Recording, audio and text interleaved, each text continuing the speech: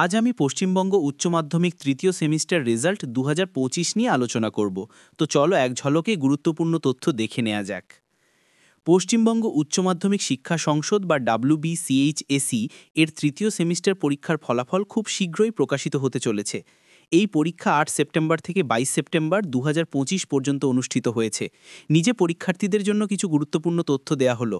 ফলাফল প্রকাশের তারিখ আনুমানিক তারিখ 31 অক্টোবর 2025-এর মধ্যে।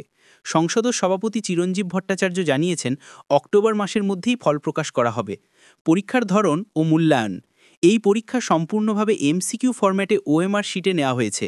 উত্তরপত্র সরাসরি মেশিনের মাধ্যমে মূল্যায়ন করা হবে। গুরুত্বপূর্ণ বিষয়, এই ফলাফল পার্ট 1 একটি অন্তর্বর্তীকালীন ফল।